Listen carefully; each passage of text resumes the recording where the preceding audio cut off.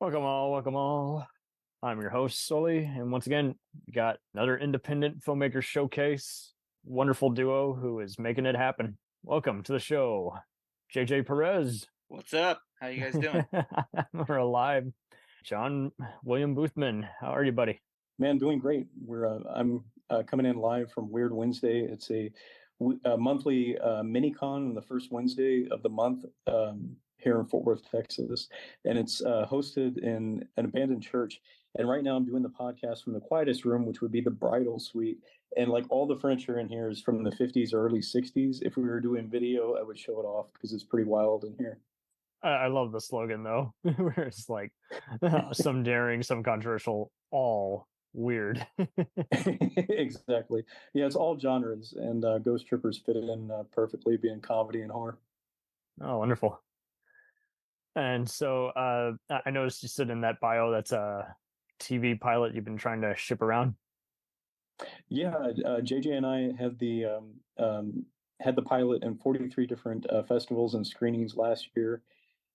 We've had it at a national touring horror convention called Days of the Dead. We've had it had it there four times, twice last year in Indiana and Chicago, and twice this year in Atlanta, and just this last weekend in Houston. Oh, wonderful. All right. So did you guys go to the same classes together, or did you meet down the road later in life? We actually met in 2019. We were showing our own individual projects. It was my first feature, and Will was showing one of his short films. But it was our first film festival. It was my first film festival and his first film festival. It was called Prison City Film Festival.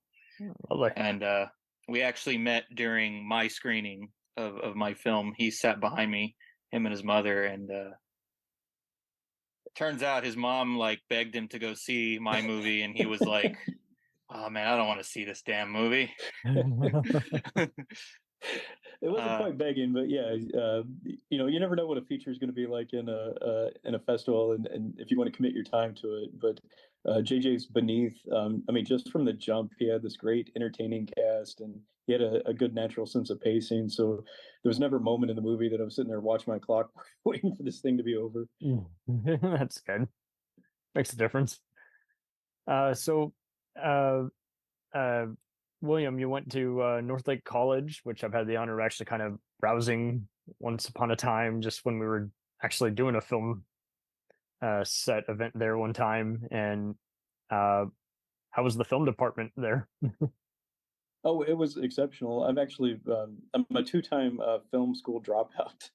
The first time was at the Art Institute of Dallas, and after talking to so many people that didn't do a whole lot with their degree there, I left after a semester or two, and spent way too much money. And then later realized that I could get a lot more bang for my buck at the community college. And the great thing about Northlake is that they have the connection to the Las Colinas studios, where Walker, Texas Ranger, and other things were filmed. Yeah.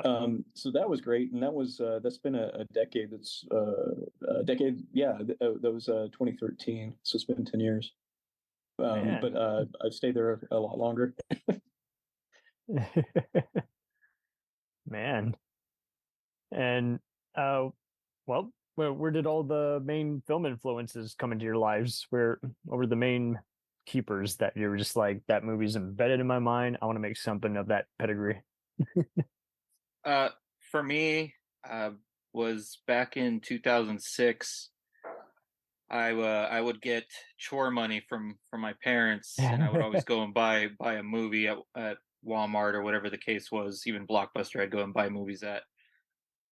And I stumbled upon this movie called Hatchet by Adam Green. There you go.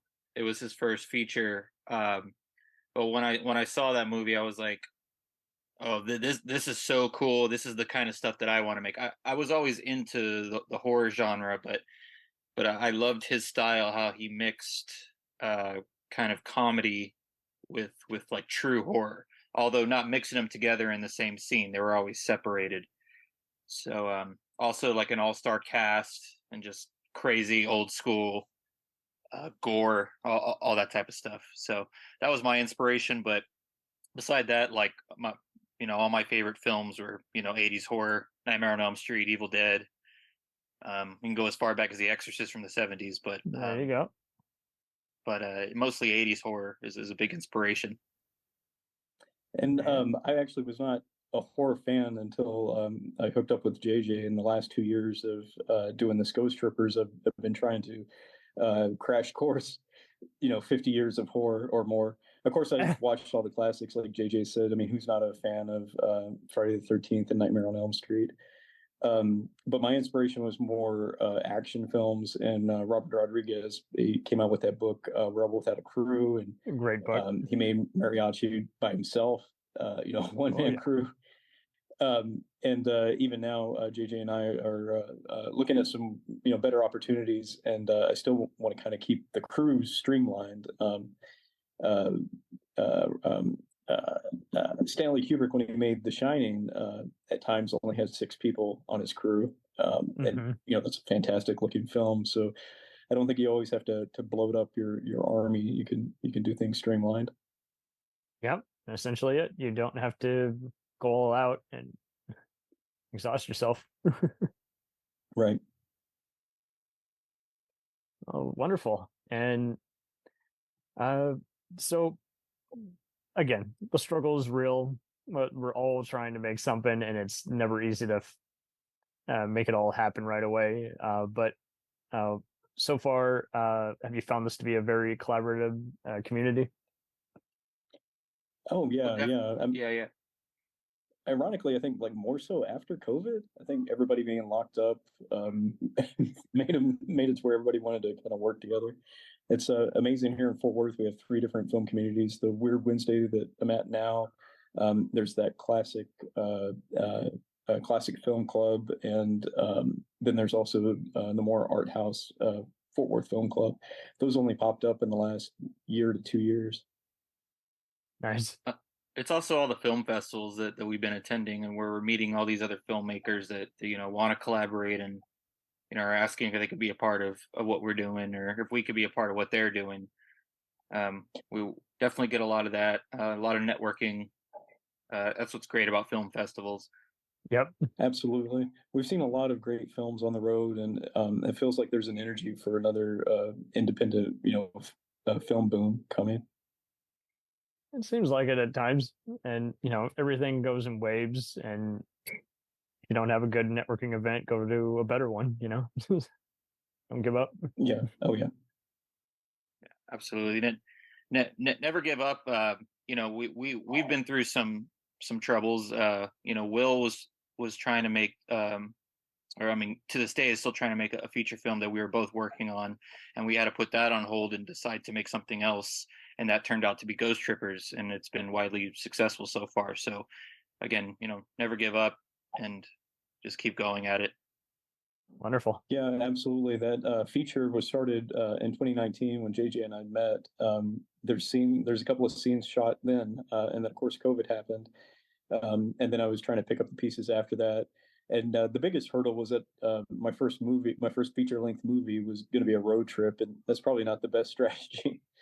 We shot some amazing things in Caprock Canyon, a state park up in the Panhandle that's beautiful, and down in Galveston. So the footage is great, but it got towards the end of 2021, and as JJ said, I realized I couldn't get it finished, and we needed to finish a project that year just to have it, something to show for everybody's hard work.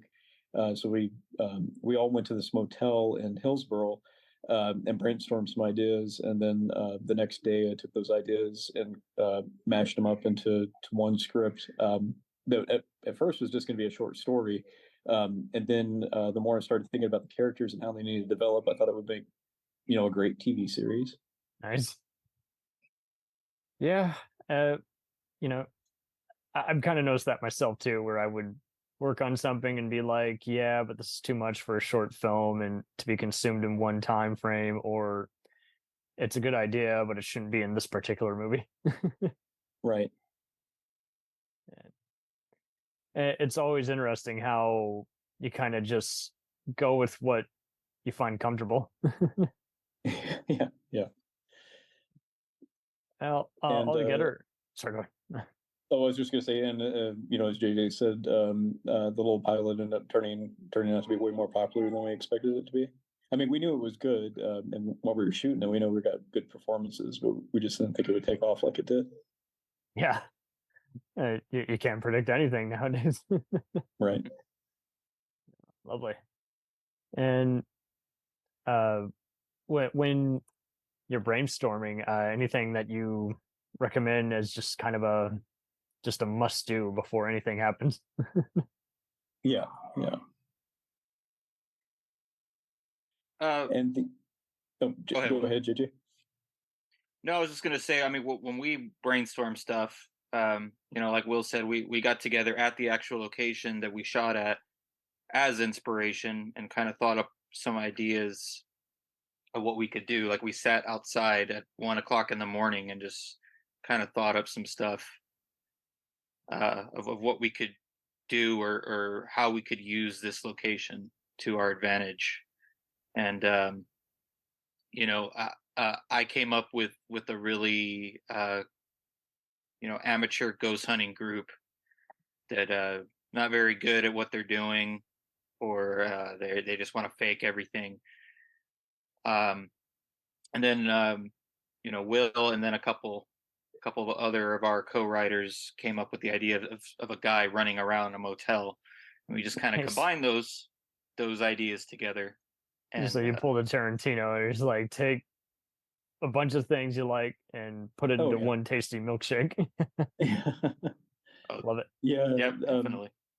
The main reason why was the guy running around a motel thing was built around time travel, and I just couldn't work it out in my head, the logic of it. And for the audience, you probably don't need the explanation. But if I'm going to try to direct actors into doing this, I have to explain to them what they're doing, and I just could not make sense of it. And then finally, I was like, you know what would make sense if it was a ghost. There you go. Then the two ideas became one. Right. Instead of having to get their close-ups and they're not sure what they're looking at. Exactly. Yeah. Exactly. Yeah. And I had to get off of one very poorly run indie film set one time when, long story short, like these actors and directors were doing everything that like a bunch of no-nos. Like the director was telling the actors how to act and vice versa. I'm like, no, that's not gonna work, guys. Right. It just doesn't. When you tell people how to do their job, it just gets hostile. Yeah. Yeah. Oh man. But it is kind of fun to just kind of experiment with different takes and see which one looks better versus which one happens more organically, and you're like, wow, I can use that that take. Yeah.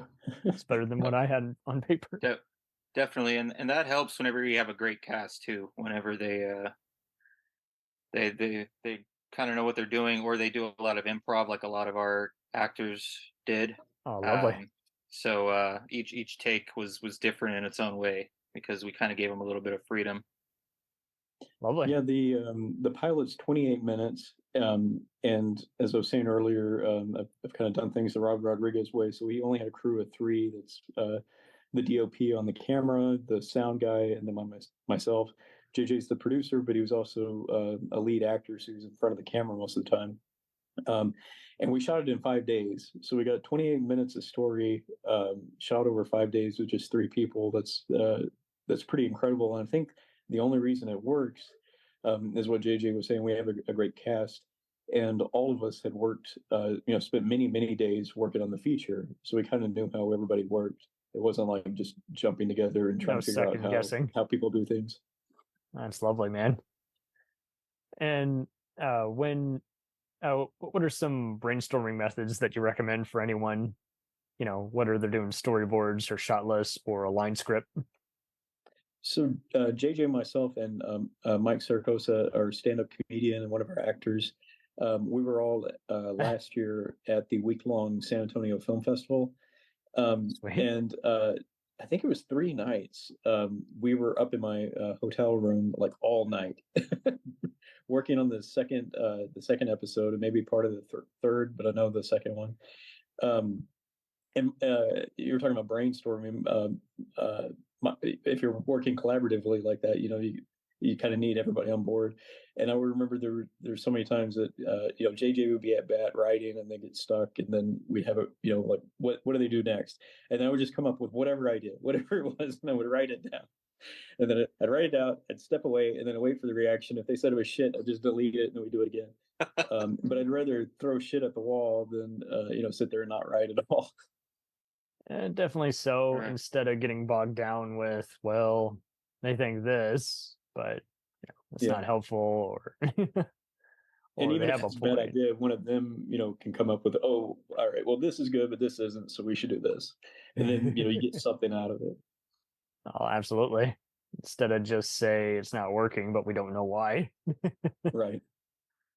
Now, although this is, well, with this project, I've had the most fun writing for these episodes. Usually, writing is my least favorite part about making, making a film or making a series, whatever the case. Yeah. But what I recommend to answer your question, give some tips. What helps with me when I'm writing alone is music. Have some music playing in the background, and of course have it fit to whatever you're writing. If it's a hardcore scene, put some heavy metal on or something. I was writing some dramatic parts for the finale of our show, and I had some really slow like ballads playing in the background. So that I found that to help out a lot in the writing process. Oh man, so there you go. Just let your brain go in areas you don't even expect. Exactly. Would you also say that when you go to this special place, you make the writing a little more laid back instead of stress, and you also essentially you kind of invite yourself to go there, if you will. Yeah, exactly. Yeah, David Lynch has he describes writing as like fishing. Ideas just kind of come to you and you have to catch them. And I totally can feel that sometimes. Sometimes stuff comes just easy breezy. Other times you're sitting there especially trying to improv, hammer it out. But of course, the first rule of improv is don't try to be funny. Yeah. It happens, and it's almost always like lightning in a bottle, and you're like, oh, I want to recreate that, but if I do, it's just not going to land because it's going to be too staged.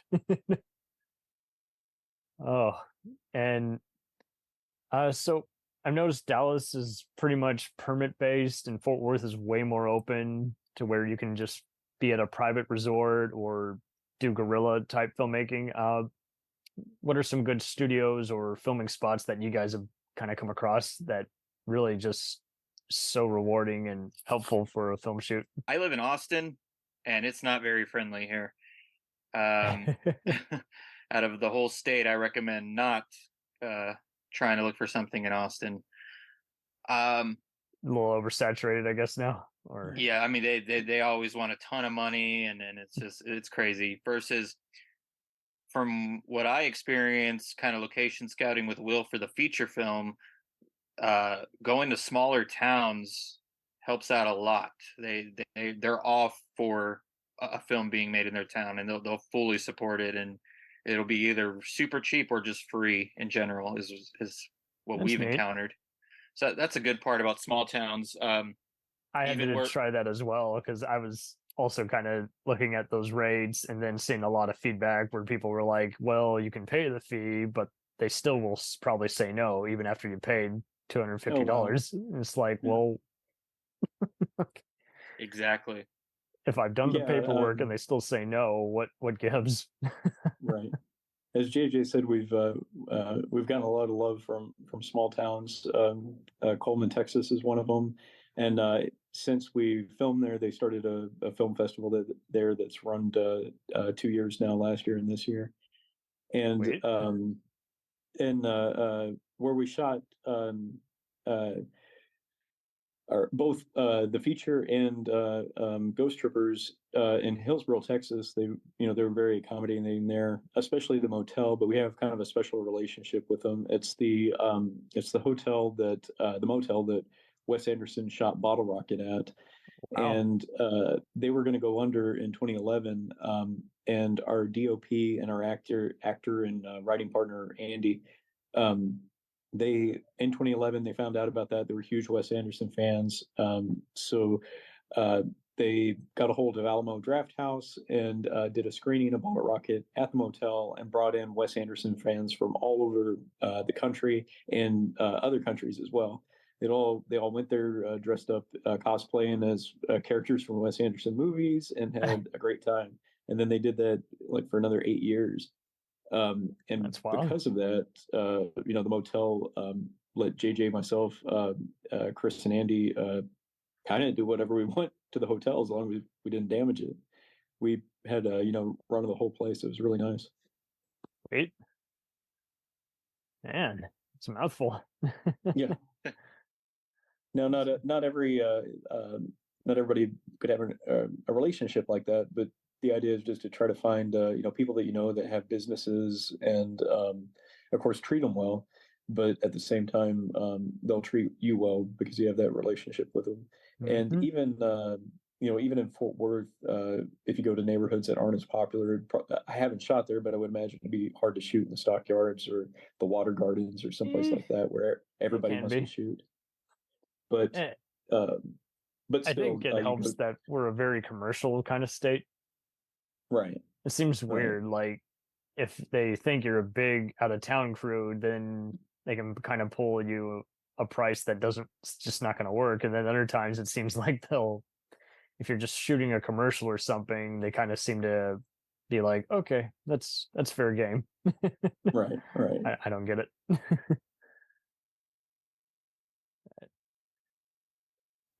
Man, so and isn't it just kind of just so relaxing when you're seeing a lot of these people who you meet at these festivals and you're like, where have you been my whole life? Oh yeah.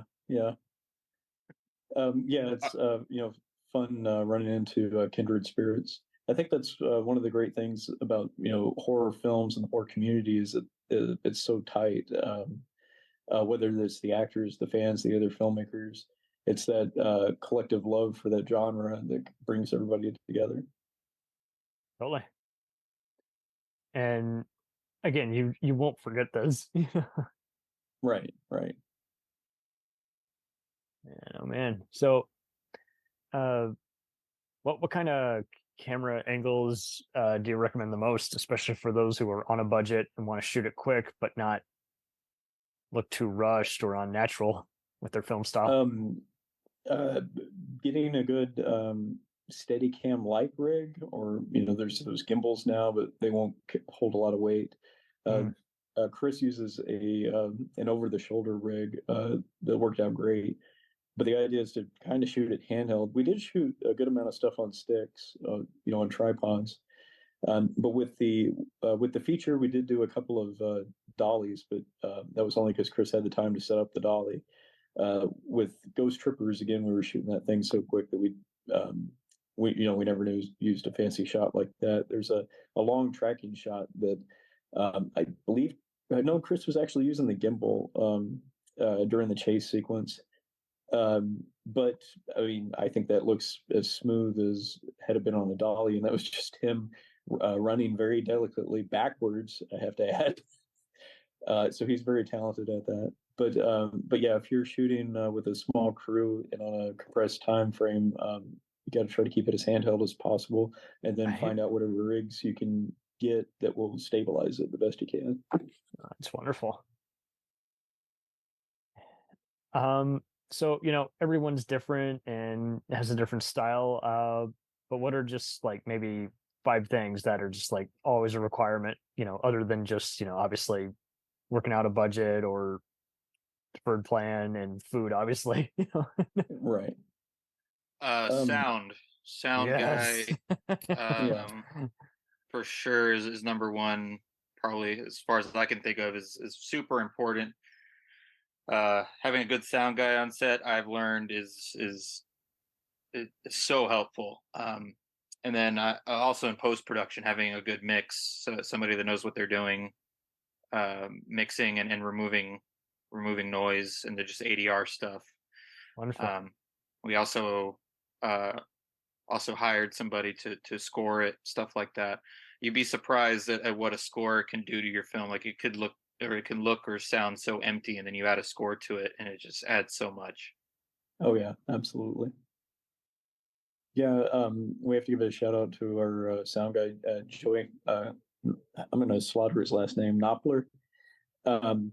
Because the downside of our location, the motel, was it was right off of I-35 in Hillsboro, which gets a lot of traffic. And JJ shot some behind the scenes stuff, and I was just I hadn't looked at it, in 2 years, and then I was surprised at how loud the freeway was, because Joey was able to minimize that just with his equipment and skill of pointing the camera in the right direction. That's wonderful. A funny thing about that was you would think that the noise would be louder pointing the mic towards the freeway. You're right. The hotel was laid out and in a U shape. The shots where the mic was pointed towards the walls of the motel was picking up the road noise more. And like JJ said, we did a lot of work in post to minimize that, but that just blew my mind. I was like, I never would have guessed this is where we'd have problems with that freeway. All right. Well, no, that is surprising, because yeah, you'd think it'd be this way versus that way. Never get enough recording of crickets. Crickets will chirp faster and louder at different temperatures and different scenarios. And we were shooting stuff in the exact same spot, but changing the angle to get one character to another, and those damn crickets would just change their pace. So then you'd have to loop over the loudest crickets over the quietest crickets to make it all match. Man. That was fun. How about that? I always, I've been joking that I'm just going to get fill recordings of crickets at every temperature possible. Then I'll have them as a backup. About that. Because, of course, we're here in Texas. So we shot this in 5 days over 2 weekends that I think were 2 weeks apart. And the weather changed drastically in those 2 weeks, but also in those 2 nights. I remember we had one warm night, and then the cold front came in and everything dropped. So, that added a lot of challenges, including those crickets. Oh man. It's either that or airplanes flying overhead. Yeah, that's the one good thing about Hillsboro is it's apparently not on a flight path, because I don't remember us ever having an airplane there. I've seen them. You almost can't shoot in DFW because there's going to be plane everywhere. Every part of DFW is going to have a plane flying overhead. In addition to the motorcycles that are over the top. Right. Oh man, the stuff that surprises you, Right. Oh man, that's very fun. So altogether, when scouting and looking up actors, it seems like there's a bunch of other sites that are good ways to kind of get shortcuts and find people who are reliable. Mandy's really good for voice acting. Obviously, theater community always has some people who want to showcase their skills on recorded video. What are some tips and tricks that you'd recommend to those just trying to find someone who is someone other than their friend, who's really serious, right, and haven't heard any problems of being opinionated? Again, for Ghost Trippers, we really didn't audition anybody for this project anyway. But when we were doing Bury a Lover, we had such a huge cast that I was like, well, why don't we just pull some actors from there and cast them, just so to make the process easier and to give them more work. And yeah, it worked for the most part. I think the only one that we got from somewhere else was Michaela, our ghost. But but even then she was in Bury a Lover. But right. we Will found her on a Facebook group. So yeah. Yeah, we were shooting her last scene, her and JJ's last scene from the feature. Literally right before we started Ghost Trippers, because I was like, well, I want to wrap her from the feature. So we have her here, might as well knock out her last scene, and we were able to do it in the same town of Hillsborough. But yeah, again, that's why I think Ghost Troopers was a part of why it was a success. It was a great idea. They came up with a great idea, a great set of ideas, but also because all the cast and crew had spent that time working together on Bury a Lover. With that, again, I wanted to stress, when it came to casting and getting crew for Bury a Lover, I wanted to stress going to film festivals and meeting people, because JJ and I had met there. I knew Chris and Andy beforehand, but all the other actors and crew were people that either JJ or I had met on the festival circuit. Lovely. With the exception of Michaela, and we got her from the Facebook, like DFW Filmmakers, something like that. She was looking for work. I saw the post. I went and looked at her reel, and I was like, hey, she could fit that part. So then we had her audition and brought her on board. There you go. We'll return after these messages. If you like small town mystery, crazy news, and wild history, then the Florida Men on Florida Man podcast is for you. Each week, Josh Mills and Wayne McCarty bring you the absolute best Florida has to offer. So if you're looking for a show that's safe for the family, but funny enough to help you escape everyday life, then listen to the Florida Men on Florida Man podcast. That's Florida Men, plural, on Florida Man podcast. Hey, it's Brent Pope, the host of Breakfast with Brent Pope. You've seen me on some of your favorite TV shows saying things like, give it up, Jimmy. You got to sink this putt to win. On Breakfast with Brent Pope, I sit down with guests from the entertainment world, and we do it all over breakfast. Or should I say Brentfast? Every week on Brentfast, you get inside Hollywood info and tips, great breakfast recs and foodie debates. Most of all, you get the most delightful 30 minutes of your week. So dig in. It's Brentfast time. Listen at Brentfast.com, Apple Podcasts, or wherever fine podcasts are found. The Jacked Up Review Show podcast is honored to be part of the Blind Knowledge Podcast Network. Join anytime, talk the talk, and enjoy yourselves. There's something enlightening for everyone with this crowd of cool cats. Check them out.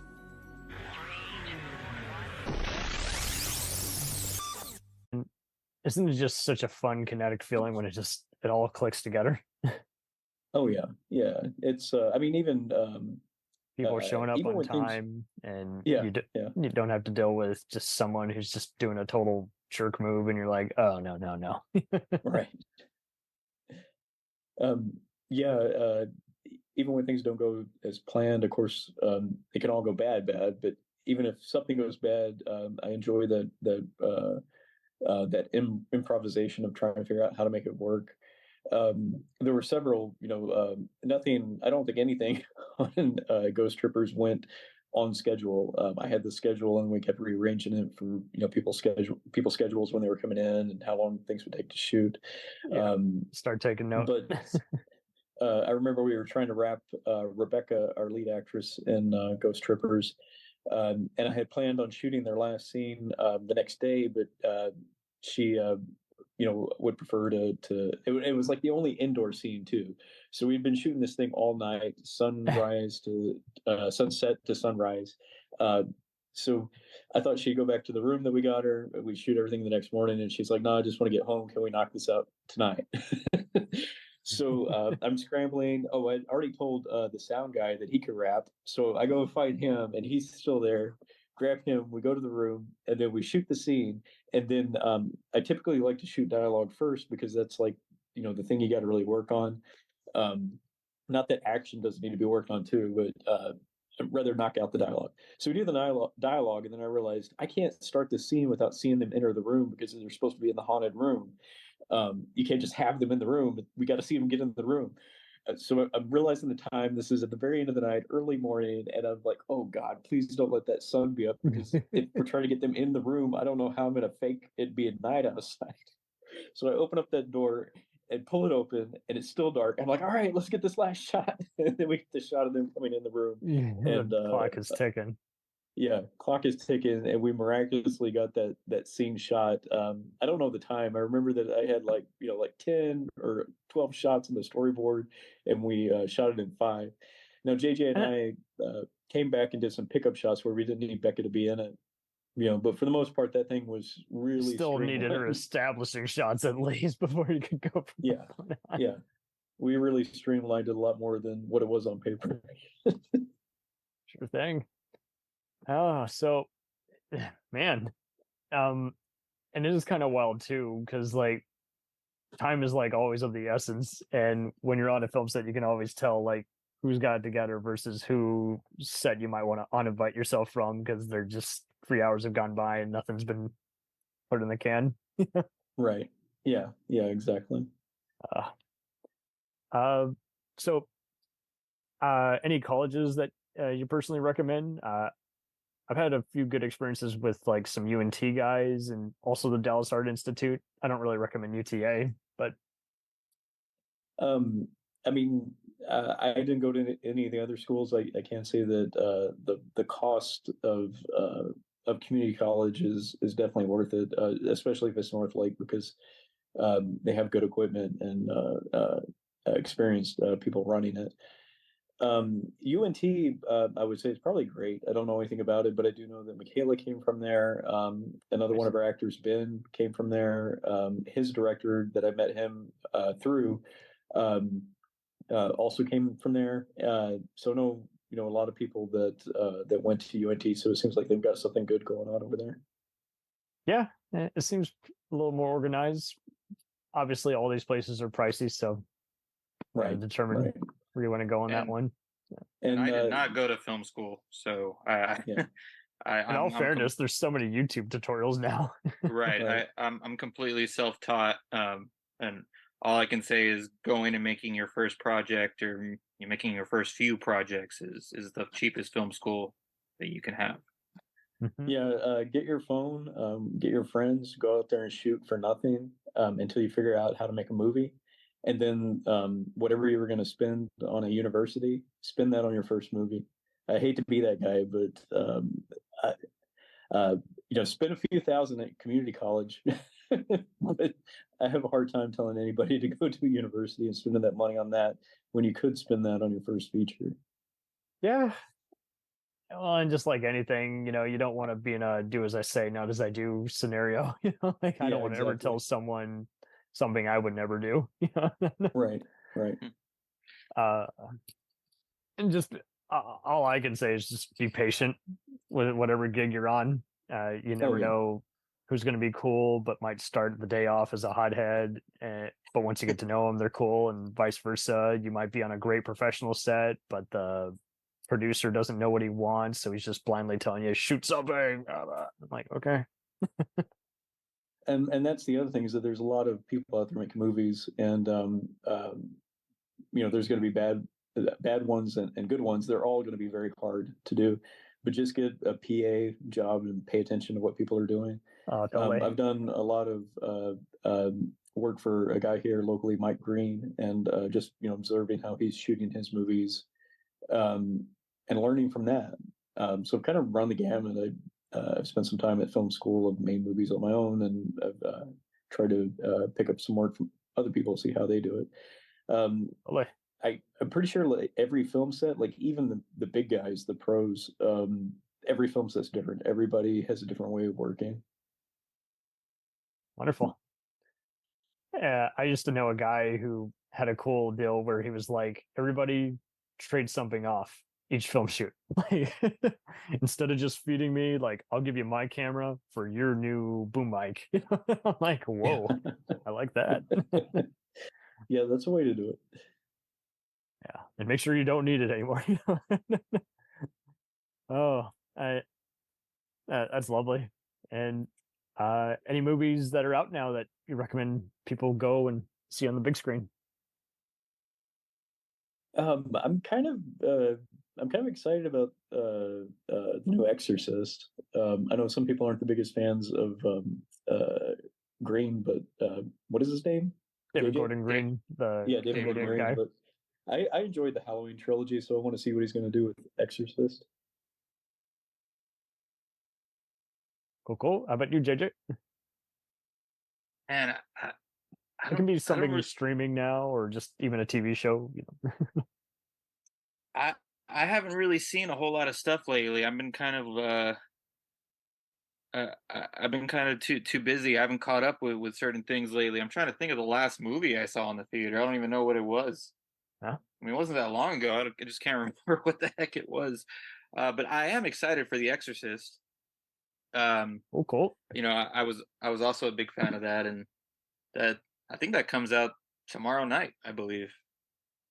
I think so. So that's Yeah. So yeah, that's definitely a big one. I feel like there's something else that's about to come out that I'm like super hyped for, but I want Five Nights at Freddy's to be good. We'll see. I'm I'm very very skeptical about that one. I mean, I love Matthew Lillard. I'm glad he was cast in this Blumhouse thing, but I don't know. That trailer just looks kind of corny. But I guess that's why we'll I see. avoid trailers, because I know, I don't you miss the days like in the 80s and 90s where it was produced in studio, and then after a while they started hiring people, and half the time you could kind of get a feel that the editor just randomly just like skipped through the movie. Right. Oh yeah. Oh, absolutely. Oh, I know one that that everyone should go see. Killers of the Flower Moon is about to come out. That's a big one that I've been dying to want to see. We know a huge handful of people that worked on that, whether it be just like as extras or part of the crew. But it filmed up in Oklahoma and maybe parts of Texas. So yeah, no, Oklahoma for sure. And one of our actresses from Barry Lover, the feature, is going to be in that. All right. Did you guys see Talk to Me or Gran Turismo? I did see Talk to Me. I thought that was one of the better horror films of like past couple years. I really enjoyed it, and I thought it was cool that it was done by those two YouTube guys that do the Ronald McDonald parody. There's a future videos. for everybody nowadays. Yeah, they're so the indie heroes of this year. So I enjoyed it too, and I especially liked where they came from. They came off of YouTube and got their movie off the ground. There you go, man. Just got to make a splash online, and the right minds see it. Right. Other recent movies, I know this one kind of was underseen. I totally would recommend to you guys, especially if you're into Get Out or The Twilight Zone, Antebellum. Oh, okay. I've heard Janelle of that. Monáe is against type as a novelist who's trapped in a Civil War era segregated town and has to find a way to creatively get out of there. A lot of people were complaining about the hickish accents, but I thought the production quality and plot twists were at least delivered as a more mainstream B fantasy horror film. If you like something like Candyman, I think you'll at least like the social commentary.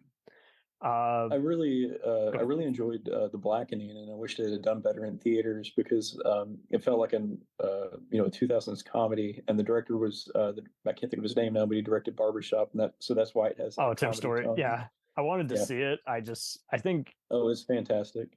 Okay, it's perfect mix of comedy and horror. Well, maybe it's more comedy than horror, but the thing, if you like horror movies, there's plenty of inside jokes that you'll love. It was good. I think it just came out at an awkward time because I guess so many other people ruined the spoof movie subgenre, and you're just like, but there are some good ones. Like Black Dynamite is still a hoot. I watch that one once in a while. Michael J. White just came out with a follow-up to that. That's a Western. Oh yeah, that's right. I need to see that. TV wise, if you want just some very just layered comedy where you'll end up like rewinding each scene because there's like 5 different things going on all in the same scene, I 1000% recommend Ted Lasso. Okay. It's not a sports show. People keep saying it's a sports show. I'm like, they work as soccer players, but it's not about their profession. Horror wise, I totally recommend. If you want a very captivating TV show that's for the dark fantasy horror fanatic in you, I'd like to see your take on Amazon Prime's Them, or even HBO's Lovecraft Country. Okay. Both are set in a Jonestown kind of place, but it's a shame that HBO canceled Lovecraft because I thought it was their most experimental since Tales from the Crypt. Oh yeah. Nice. Just that kind of just yeah, I saw so many people, like even professional critics, like would sum up an episode, and it was just like, well, you're getting way too impatient. This is not going to be revealed until like the third episode. Yeah.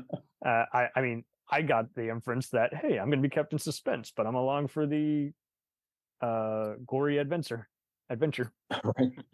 But I get it. Some people want their meat and potatoes, and they want it now. So, Oh yeah. can't please them. Well, this was just fun and later back, and Jay, I've talked with you before on social media, and it does seem like there's kind of people are just coming out of their shell. They're going to Fantastic Fest and then a bunch of other conventions. I know Texas Frightmare is great at letting people screen their movies as long as it's before their deadline, and it seems like there's just so many other methods to do it instead of just throw your movie away on. I won't name any sites, but like just where, well, I paid $50, didn't hear back. Yeah, there's way more film festivals today than there were 10 years ago, and maybe even 5 years ago. Really are. And I support most of them. I mean, do your homework. There's some of them that are just kind of cash grabs, but as long as it's got some good reviews and they're actually showing your film in person and you can get to it. I mean, that's another thing. Look at your budget and see what you can get to. But if you can find the local festivals, get them to play your film. Texas Theater will do a shorts night, Yes, so you they can will. get it played there. Yeah. But it's invaluable just to get an audience reaction from your film, because it's totally honest. It's in person, and I think that's part of the reason to go to a festival. The other reason is the networking. And yeah, I mean, hell, even screen it to someone in your closed off studio if you want, on a projector. Just get someone's feedback instead of just saying, I don't care. Right. People are dumb. Well, you'll feel dumb when people are booing you. Be safe out there, amigos, and keep the film dream alive and well. Yeah, absolutely. We really appreciated this, and we'd love to have you, come back on if you'll have us. Totally.